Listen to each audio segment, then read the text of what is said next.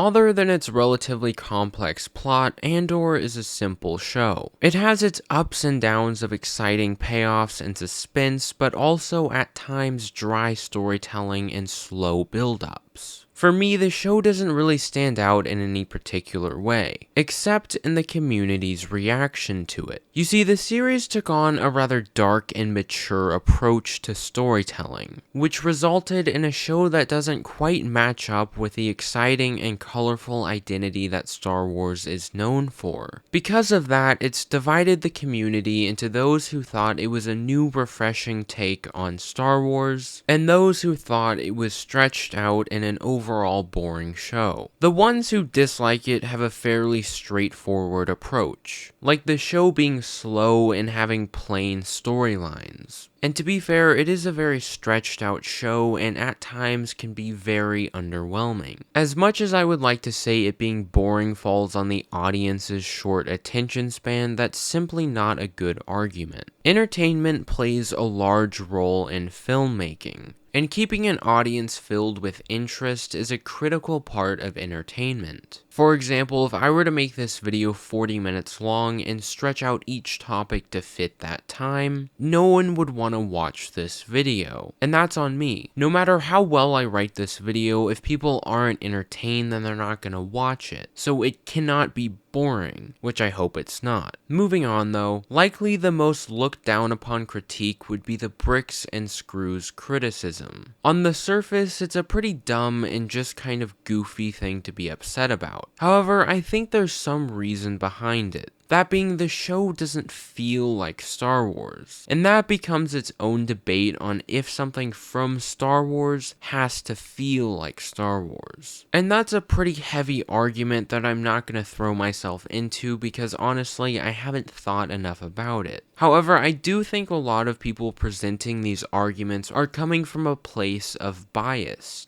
I think a lot of people are using that argument as a way to basically say that something from Star Wars has to feel like Star Wars to be good. And in my opinion, this comes from expectations and people applying their emotions to how they rate the show. I really think this is what happened to Andor with a lot of fans. No matter how good or entertaining a show is, you'll never enjoy it if you go in with expectations instead of an open mind. And of course, this isn't to discredit those who thought it was a bad show. Like I said, people do have valid criticisms for the show. And even though I don't agree with the extent that they are being used to judge the show, they shouldn't be discarded. I think it's important to remember that no matter how much you disagree with someone or dislike them, you shouldn't write off their opinion just because of your own. And something I do want to touch on is the show being stretched out. I really do believe that if the series was 6 to maybe 7 hours long instead of 10 hours,